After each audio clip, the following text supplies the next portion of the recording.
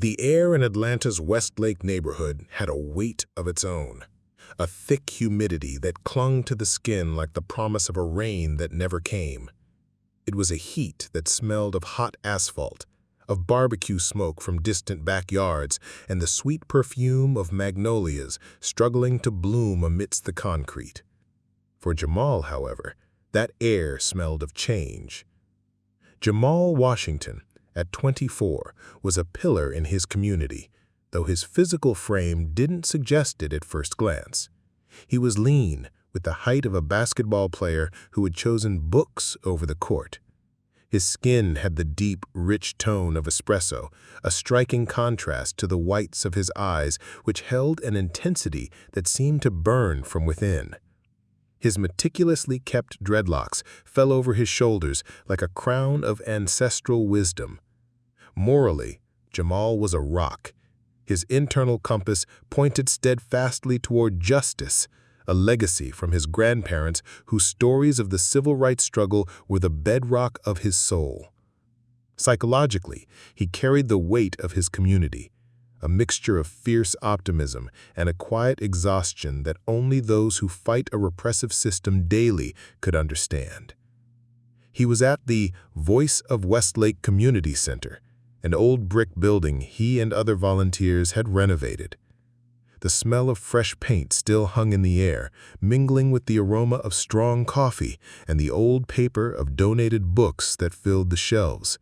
The late afternoon light streamed through the high windows, casting long shadows that danced on the wooden floor. Jamal stood before a whiteboard, the tip of a marker squeaking softly as he drew a flowchart. The sound was a gentle counterpoint to the murmur of voices around him. Volunteers organizing pamphlets, the laughter of children in the after-school tutoring program, the rhythmic click of laptop keys. His younger sister, Nia, approached, bringing with her a waft of air scented with coconut oil and the vibrant energy of youth. At 19, Nia was the spark to Jamal's fire. Small and curvy, with a defiant afro that framed a face of expressive features, she was the personification of the new generation of activists. Her eyes, the color of melted honey, shone with intelligence and an impatience with the status quo. Psychologically, she was impulsive, driven by a passion that sometimes bordered on recklessness. But her loyalty to Jamal and the cause was unshakable. "They're coming," she said, her voice low but charged with urgency. The sound of her whisper cut through the familiar atmosphere like a knife. Jamal didn't have to ask who. He felt it, a subtle shift in the atmosphere, the way the sound of traffic outside seemed to hush. He turned, and his eyes met hers. In that moment, the future, which had once seemed like an open horizon, began to contract, to close around him like a fist. The community center door burst open with a bang that made the window panes tremble. The sound echoed like a gunshot, silencing every conversation. Officer Miller entered. Sergeant Mark Miller was a man built with the brutality of hostile architecture. Nearing 50, he was burly, with a barrel chest and a thick neck that merged into broad shoulders. His skin was pale and blotchy, reddened by chronic anger in the Georgia sun. His eyes, small and blue like shards of ice, were devoid of any warmth. A thin, discolored mustache barely concealed the permanent sneer on his lips. Morally, Miller was an abyss. He saw the world through a distorted lens of power and prejudice, believing that order was maintained by force and fear, especially over black bodies. Psychologically, he was a predator, driven by a superiority complex and a deep-seated insecurity that manifested as cruelty. The smell of his cheap aftershave and stale tobacco preceded him, an olfactory invasion that contaminated the safe air of the center. He was not alone. 2 other officers, younger and more nervous, flanked him, their hands hovering over the guns on their holsters.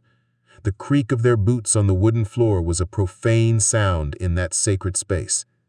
Jamal Washington, Miller's voice was a low growl, the sound of gravel being crushed. He held up a warrant, the white paper looking like a weapon in his fleshy hand. "You're under arrest." Jamal's world slowed down. He could feel the gaze of every person in the room on him, the fear in the children's eyes, the confusion on the volunteers' faces, the helpless fury on Nia's. The air grew thin, heavy with the tension of the inevitable. The smell of fresh paint now seemed like the smell of a trap. Arrested for what? Jamal's voice came out calm, an island of serenity in a sea of chaos. He kept his hands visible, open at his sides, a gesture he had taught every young person in the neighborhood. Miller took a step forward, a cruel smile tugging at his mustache. Possession of narcotics with intent to distribute. The charge was so absurd that for a second Jamal almost laughed, but then he saw the triumphant gleam in his icy eyes, and he understood. This wasn't about justice. It was an annihilation. The sound of the metal handcuffs being unclipped from Miller's belt was the final click, the sound of a door closing forever on his old life. As the cold, heavy metal locked around his wrists, the touch was an icy burn, the rough texture engraving itself onto his skin. The last thing he saw before he was turned and pushed outside was Nia's face, her honey-colored eyes flooded with tears and fire, a silent promise that the fight was far from over. The sound of thunder, finally, began to roll in the Atlanta sky, not as a promise of rain, but as a harbinger of war. The cell in Fulton County Jail was a cube of cold, damp concrete, a brutal contrast to Atlanta's sticky heat. The smell was a nauseating mix of cheap disinfectant, sweat, and a persistent mold that seemed to permeate the very walls. The light filtering through the small grated window was pale and lifeless, unable to dispel the shadows that danced in the corners, shadows that seemed to carry the weight of countless despairs. For Jamal, however, those shadows were not of despair, but of opportunity. He saw them as veils, behind which the truth hid, waiting to be revealed. The first few days were a blur of procedures, interrogations, and the constant humiliation of being reduced to a number. Every touch, every command was an attempt to break his spirit. But Jamal, even in his initial despair, found a strength he didn't know he possessed. He remembered Nia's face, the silent promise in her eyes. He remembered his grandparents' stories, how they faced much greater adversity with unwavering dignity. Prison was not the end, it was just a new battlefield. His first significant contact came in the form of a man who seemed to be carved from the very stone of the prison, Elias Big E. Vance, a 60-year-old man with skin marked by a life of hard labor and eyes that had seen too much. His stature was imposing, even seated, with broad shoulders and muscular arms that seemed capable of moving mountains. His neatly trimmed gray beard framed a serious face, but his deep brown eyes carried an ancestral wisdom and a veiled sadness. Morally, Elias was a man of rigid principles, a Vietnam War veteran who had fought for a country that, he felt, had forgotten him. He was there for a minor crime, a bar fight that escalated, but his presence radiated a quiet authority. Psychologically, Elias was a survivor, a man who had learned to read people and situations with an almost supernatural precision. He was an observer, and Jamal felt his eyes on him from the moment he entered the cell. "You don't look like a drug dealer." Elias's voice was hoarse, like dry leaves rustling in the wind. He was sitting on his bunk, polishing a small piece of wood with an improvised knife. The sound of the wood rubbing was the only noise in the heavy silence of the cell. Jamal sat on the lower bunk, the cold metal of the frame pressing into his thin clothes. "And I'm not." Elias stopped polishing and looked up. There was genuine curiosity there. "So, why are you here?" Jamal hesitated. Telling his story to a stranger in prison seemed risky, but there was something about Elias that inspired trust, an aura of integrity that contrasted with the desolation of the surroundings. He told the story, his voice low but firm, about the community center, the movement, Sergeant Miller, and the fabricated charge. As he spoke, the smell of mold and disinfectant seemed to diminish, replaced by the earthy aroma of the wood Elias was polishing. Elias listened in silence, his eyes fixed on Jamal, absorbing every word. When Jamal finished, the old man nodded slowly. "Miller. I know the type. They don't like people like you, Jamal. People who make the community think for themselves." "You know him?" Jamal asked, a glimmer of hope igniting in his chest. "Not personally, but his name. He has a reputation. Not a good one. Many around here have stories about him. Small things, big things, always against our people." Elias paused, his eyes narrowing. "Do you have a plan?" Jamal smiled, a smile that didn't reach his eyes but carried an iron determination. "Not yet, but I will." Elias smiled back, a rare smile that softened the hard lines of his face. "Good, because in here, a plan is all you have, and I know some people who can help you make a good plan." The sound of the wood rubbing resumed, but now it seemed different, more rhythmic, like a heartbeat. That was the first step. Jamal had found an ally. The prison, which once seemed like a tomb, began to transform into a training ground, a place where the seeds of revenge could be planted and cultivated. The air, once heavy with despair, now carried a faint scent of hope, mixed with the smell of wood and sweat. The darkness of the cell didn't seem so oppressive. The shadows now seemed to hide secrets, not just despairs.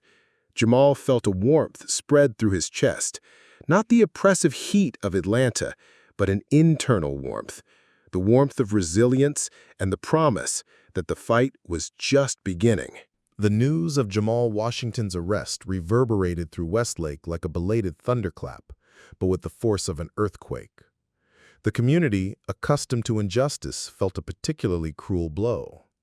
Jamal was not just another name in the statistics. He was the embodiment of hope, the face of a future they dared to dream of. Fury simmered beneath the surface, but helplessness was a slow poison that threatened to paralyze everyone. However, amidst the desolation, one figure refused to yield: Nia. Nia, at 19, and with a determination that would move mountains, transformed the pain of separation into fuel. Her eyes, once filled with tears, now burned with a cold, unwavering flame. She refused to accept the official narrative, the lie that incriminated her brother. The community center, once a refuge of learning and activism, became her headquarters. The smell of fresh paint and coffee was replaced by the smell of crumpled paper, sleepless nights, and the adrenaline of the fight. She knew the first battle was to keep the community's faith alive, and the second, and most crucial, was to find the truth. Outside the bars, Nia began to weave her own support network. She sought out the civil rights lawyers Jamal had worked with, veteran activists who knew the system's inner workings, and investigative journalists who weren't afraid to stir the hornet's nest. She was Jamal's voice, his presence in the outside world, and her tireless energy was a beacon in the darkness. She organized peaceful protests, distributed flyers with Jamal's story, and used social media to amplify the community's voice, turning the hashtag #JusticeForJamal into a war cry that echoed throughout Atlanta. Meanwhile, inside the prison, Jamal and Elias began to build their own plan.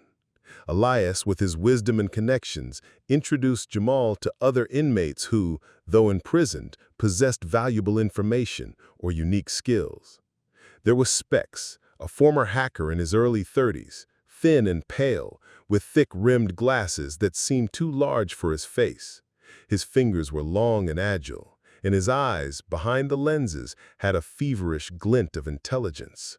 Morally, Specs was a digital anarchist, believing that information should be free and that power should be challenged. Psychologically, he was a reclusive genius, more comfortable in the binary world of computers than in the complexity of human interactions.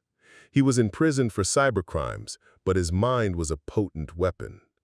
There was also Mama Rose, a woman in her early 50s with a presence that filled any room. Her dark, glowing skin, warm eyes, and easy smile hid a sharp mind and a network of contacts that stretched across the city. She was a former social worker who had fallen for grace for diverting funds to help needy families, an act of civil disobedience she never regretted. Morally, Mama Rose was the embodiment of compassion and social justice, a mother to all the disadvantaged.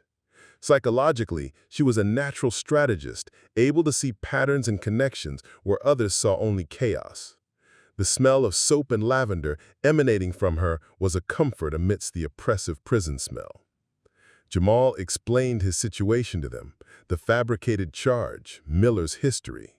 Specs listened with an almost clinical interest, his fingers drumming in the air as if typing on an invisible keyboard. Mama Rose listened with a quiet seriousness, her eyes observing Jamal with a depth that seemed to see through his soul. "Miller," Mama Rose said, her voice soft but firm, "he's a cancer. He's been tormenting our community for years. It's not the first time he's planted evidence, but no one has ever been able to prove it. We need proof, something that can't be denied, something that links him to other cases, to a pattern." Specs cleared his throat. If he has a pattern, he has a digital trail. Arrest records, incident reports, maybe even internal communications. The system is a web, and every web has a weak point. Elias nodded. And Mama Rose knows who to pull the right strings out there. People who might have been victims of Miller or who worked with him and saw what he did. The plan began to take shape, a mosaic of information and skills. Jamal would be the brain, the strategist. Elias would be the mentor, the link to the prison's underworld. Specs would be the data expert, the digital trail hunter. And Mama Rose would be the bridge to the outside world, the collector of testimonies and the community mobilizer. The smell of mold and disinfectant in the cell began to mix with the scent of hope and the adrenaline of conspiracy. The shadows were no longer just shadows. They were the veil of a plan in formation, a plan that would extend beyond the prison walls, connecting the world inside with the world outside. Nia's visits to Jamal became more than just family meetings. They were strategic gatherings, disguised under the watchful eyes of the guards. They spoke in codes, in half-words, in glances. Jamal passed Specs and Mama Rose's instructions to Nia, who took them to the outside world. She met with contacts, collected information, and brought back fragments of the puzzle. With each visit, Jamal's determination grew stronger, fueled by his sister's courage and the promise of justice. The prison, once a place of isolation, transformed into a command center, a starting point for the approaching revenge. The sound of the bars closing was no longer a sound of confinement, but the sound of preparation, the prelude to the storm Miller wouldn't see coming. Time in prison was an elastic entity, stretching into monotony and contracting in moments of tension. For Jamal, each day was a calculated step towards his goal. The information Nia brought from outside, filtered through coded conversations and complicit glances, was the oxygen that fueled his plan. The smell of paper and ink from the community center, now mixed with the smell of sweat and fear from the prison, was the aroma of the revolution brewing. Specs, with his sharp mind and agile fingers, began to work. He didn't have access to computers, but his memory was a hard drive. He instructed Nia, through Jamal, on how to access public databases, arrest records, incident files, and even police forums. Nia, in turn, with the help of community center volunteers, transformed into a digital investigator. She spent hours in public libraries and Wi-Fi cafes, her fingers flying over keyboards, following the digital breadcrumbs Specs indicated. The sound of clicking keys was the soundtrack to her tireless search. What they discovered was darker than Jamal imagined. Miller was not just a corrupt cop, he was a systematic predator. There was a clear pattern. low-level arrests for drug possession, usually in black neighborhoods, with planted evidence or coerced witnesses. The victims were almost always young black individuals, without resources or a voice to fight back. The smell of injustice was palpable in every report Naya read, a bitter metallic scent that made her feel nauseous. Mama Rose, in turn, activated her network of contacts. She found families whose children had been arrested by Miller, lawyers who had unsuccessfully tried to challenge his charges, and even former colleagues of Miller who had been silenced or sidelined for trying to expose his corruption. The stories were painfully similar, a chorus of suffering and helplessness. The sound of these people's voices, laden with pain and contained anger, echoed in Naya's mind, strengthening her resolve. One of Mama Rose's contacts was a former detective, Thomas Mac McMillan, a black man in his early 60s, compulsorily retired after trying to investigate Miller years ago. Mac was a tired man, with a weight of the world on his broad shoulders and a gray beard that hid a firm chin. His eyes, once full of fire, now carried the melancholy of lost battles, but there was still a spark of justice in his gaze. Morally, Mac was an upright man, a police officer who believed in law and order, but who had been broken by the system he swore to protect. Psychologically, he was a bitter man, but with a sense of duty that still drove him. The smell of strong coffee and stale cigarettes accompanied him, an aroma of disillusionment.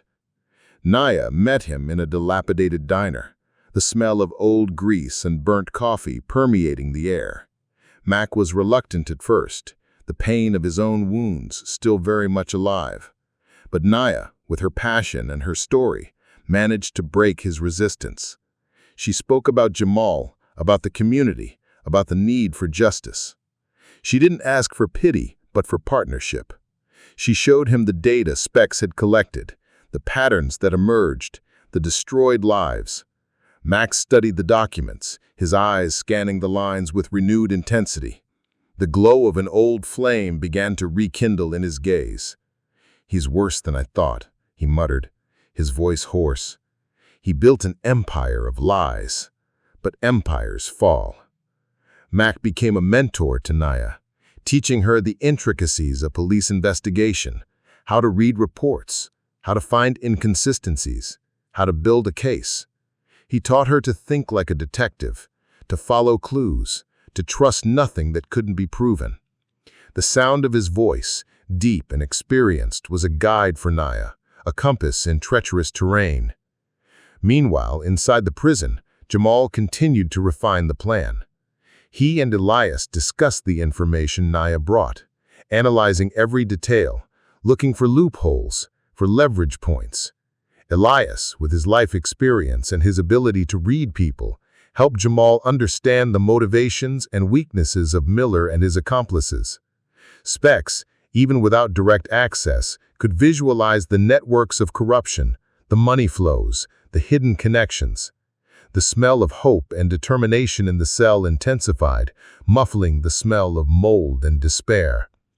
Jamal's revenge plan wasn't just about exposing Miller. It was about dismantling the system that protected him. They needed more than just evidence. They needed a strategy to make it public, to ensure it couldn't be swept under the rug. They needed a climax, a moment that would be impossible to ignore. The sound of Jamal's pen scribbling on a stolen piece of paper was the sound of justice being forged, line by line, detail by detail. Miller's web was tightening, but not in the way he expected. Jamal's web, on the other hand, was expanding, silent and deadly, ready to ensnare its target. Jamal's preliminary hearing day arrived, bringing with it a palpable tension that extended far beyond the courtroom walls. The air outside, in Atlanta, was charged with an electricity different from the usual sticky humidity. It was the electricity of expectation, hope, and contained fury. The smell of strong coffee and fresh bread from local bakeries mingled with the acrid scent of sweat and the adrenaline of the crowd gathered in front of the courthouse. Jamal's plan, meticulously built in the shadows of the prison and the streets of Westlake, was about to be unleashed. Naya was at the forefront, her face a mask of determination. Beside her, Mac, with his tired posture but his eyes now shining with renewed fire. Behind them, a crowd of familiar faces from Westlake and many others who had joined the cause, all wearing T-shirts with the hashtag Justice for Jamal. The sound of their chants was a growing murmur, a collective prayer for justice that transformed into a roar. The smell of incense and candles, brought by some, mingled with the scent of hot asphalt, creating an almost ritualistic atmosphere. Inside the courtroom, the atmosphere was icy, a brutal contrast to the heat outside. The smell of varnished wood and old paper dominated, punctuated by the heavy scent of disinfectant. Sergeant Miller was present, sitting at the prosecution table, his usual sneering expression slightly shaken by the presence of the crowd outside. He looked like a bull in an arena, ready to charge, but with a hint of uncertainty in his small blue eyes. The prosecutor, a young and ambitious man, seemed confident, presenting the case against Jamal with rehearsed, cold rhetoric. Jamal was brought into the room, handcuffed, but his posture was erect, his eyes firm. He was no longer the idealistic activist caught by surprise. He was a strategist, a warrior. The sound of the handcuffs clinking as he sat down was the only sound in a tense silence. He could feel Miller's gaze on him, a triumphant look that he knew would soon turn to despair. When Jamal's defense had its turn, the lawyer, a civil rights veteran who had been contacted by Naya, began to dismantle the prosecution's case. He presented the inconsistencies, the planted evidence, the fabricated testimonies. The prosecutor tried to object, but Jamal's lawyer had an ace up his sleeve. He called his first witness, Thomas McMillan. Mac's entrance into the courtroom caused a stir. His presence, that of a former police officer, was unexpected. He testified about Miller's pattern, about the suppressed investigations, about the destroyed lives. His voice, though hoarse, carried the weight of truth, and the sound of his confession of guilt for not having acted sooner was a lament that echoed in the room. Miller, visibly disturbed, tried to maintain his composure, but cold sweat began to trickle from his forehead. Next, Jamal's lawyer presented the digital evidence that Specs had collected: call records, internal emails, suspicious financial transactions that linked Miller not only to Jamal's arrest, but to a much larger network of corruption and abuse of power. The sound of the data being projected on the large courtroom screen was the sound of undeniable truth, a direct blow to the heart of Miller's empire of lies. The smell of fear began to emanate from Miller, a sour, metallic scent that contrasted with the smell of lavender and soap that Mama Rose had brought into the room. The climax came when Jamal's lawyer called the last witness, Mama Rose. She didn't testify about Miller's crimes, but about his victims. She brought with her a chorus of voices, not physically, but through video testimonies and letters from mothers, fathers, brothers, and sisters whose lives had been ruined by Miller's actions. The sound of their voices, full of pain and hope, filled the courtroom, transforming the formal space into a sanctuary of lament and resilience. The smell of tears and the community's determination mingled in the air, creating an atmosphere of catharsis. The judge, a serious and impartial man, listened to everything attentively. The evidence was overwhelming. Miller's reputation, once untouchable, crumbled before his eyes.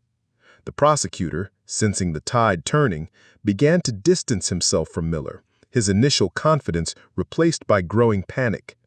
The sound of the judge's gavel when it finally struck was not a sound of condemnation, but of liberation. The charges against Jamal Washington were dropped. He was free. The courtroom erupted in applause and shouts of joy. The sound of the crowd outside, who had waited patiently, erupted into a chorus of celebration. Jamal, still in shock, felt the handcuffs being removed from his wrists. The touch of freedom was a soft warmth, a feeling of lightness he hadn't felt in months. He looked at Naya, her honey-colored eyes filled with tears of joy and pride. He looked at Mac, who nodded with a tired smile. He looked at the door, knowing that Elias and Specs from inside the prison would be feeling the victory, even without seeing it. Miller, on the other hand, was taken into custody, his face contorted in a mixture of fury and despair.